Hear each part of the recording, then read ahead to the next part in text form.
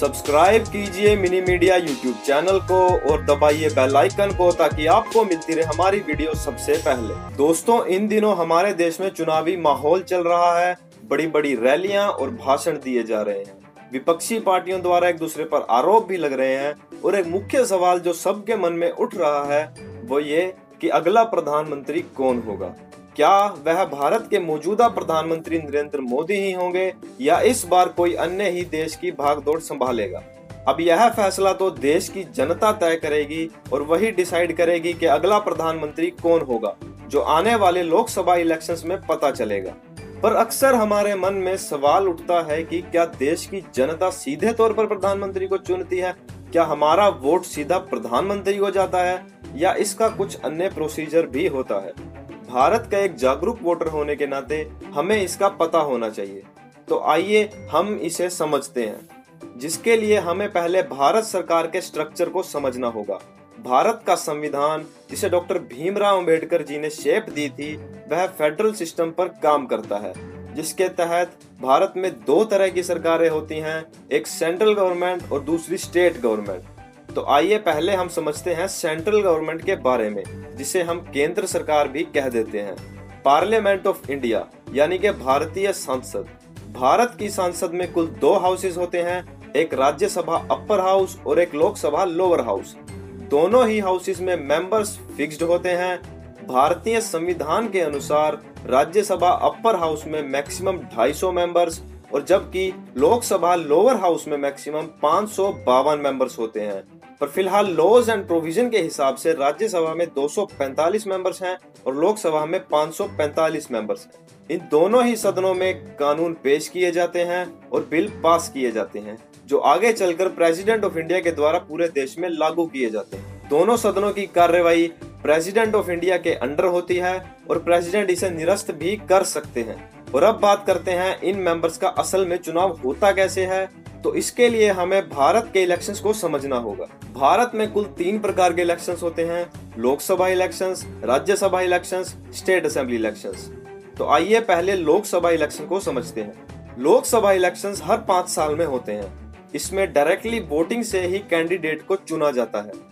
जैसा कि मैंने आपको बताया था कि करंटली 545 सीट्स हैं, जिसमें से 2 एंग्लो इंडियन कम्युनिटी को प्रेसिडेंट ऑफ इंडिया के द्वारा नॉमिनेट किया जाता है। बाकी की बची हुई सीटों पर चुनाव लड़े जाते हैं और वोटिंग के द्वारा कैंडिडेट चुनकर आते हैं। यह सारी सीट्स पूरे देश में डिवाइड की जाती है और हर स्टेट की लोकसभा सीट फिक्स्ड होती है।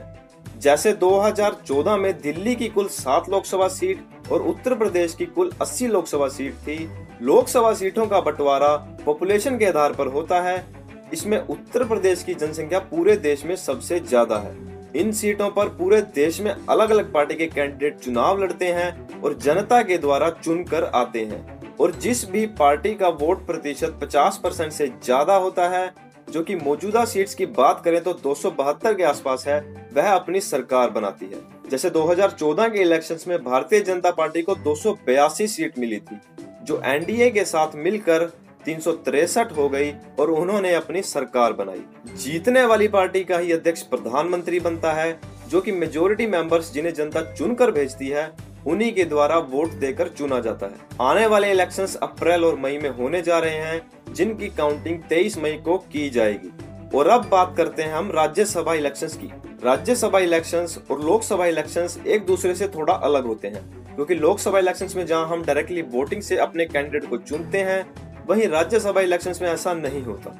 चुने हुए एमएलए वोट करके राज्यसभा के मेंबर्स को चूज करते हैं। राज्यसभा में कुल 250 मेंबर होते हैं, जिसमें से 12 प्रेसिडेंट ऑफ इंडिया द्वारा अपॉइंटेड किए जाते हैं, जो खासकर आर्ट्स, साइंस, लिटरेचर या सोशल सर्विस में जिसे नॉलेज हो या एक्सपीरियंस हो वो काउंट किया जाता है। बाकी 238 को अलग अलग राज्यों के एमएलए द्वारा वोटिंग करके चुना जाता है।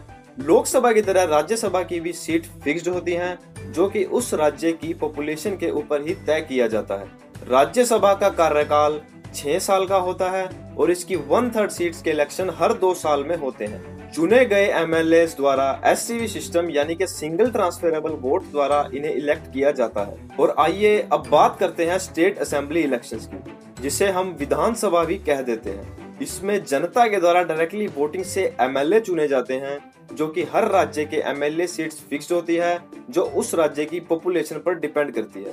लोकसभा की तरह विधानसभा इलेक्शन भी हर 5 साल में होते हैं, बस इसमें इतना सा डिफरेंस है कि विधानसभा इलेक्शंस हर राज्य में अलग अलग टाइम पर होते हैं। जैसे हाल ही में हमने देखा मध्य प्रदेश, छत्तीसगढ़, राजस्थान, तेलंगाना और मिजोरम में विधानसभा इलेक्शन हुए। जिस भी पार्टी के 50% से ज्यादा एमएलए जीत कर आते हैं वह राज्य में अपनी सरकार बनाती है और उस पार्टी का लीडर उस राज्य का चीफ मिनिस्टर बनता है। तो दोस्तों, ये हमने समझा इलेक्शंस के बारे में। बाकी अगला प्रधानमंत्री कौन हो सकता है कमेंट में जरूर अपनी राय दें और वीडियो अच्छा लगा तो चैनल को सब्सक्राइब करें। जय हिंद, जय भारत, धन्यवाद।